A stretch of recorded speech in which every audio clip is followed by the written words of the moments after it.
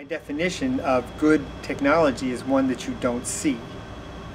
Computer technology is sort of at that second stage now where you have to think hard about it to get it to work. And presumably, in a mature state, it will be invisible. It ought to be invisible. The project I've been working on lately is making very small radio tags where you can have a small radio that operates for years at a time and allows you to tag items all throughout the environment and the ordinary world. People call this the Internet of Things now. Ideally, the objects in your life will know where they are, you'll know where they are and what they're doing, and you can keep track of it. And that's what we're trying to do. We're trying to Dow Chemical. Dow Chemical processes specialty gases in cylinders and ships them around the world. You can put one of these on the cylinder and tell where it is, where it's been shipped to, and so on. We're looking at people that are handling toxic waste in Europe. They want to be sure that the toxic waste ends up getting picked up when it's supposed to be picked up and delivered where it's supposed to be delivered and not someplace else.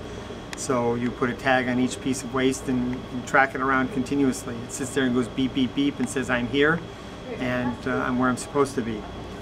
We've been looking into the healthcare profession. Samples get lost, and a lot of time is wasted, and it's very expensive. We can track gurneys and patients. Patients sometimes get left out in a hallway overnight, forgotten. This has happened. So if you track the patients, you track the doctors, you track the blood samples, you track what's going on, then you can keep track of where things are, operate in an efficient way.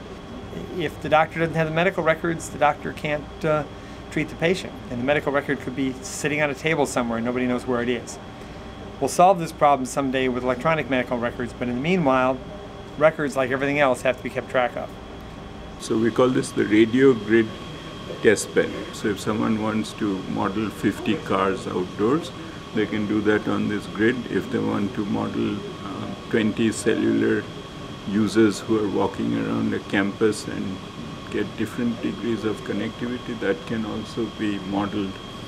Today's internet will slowly morph into something very different 15 years from now.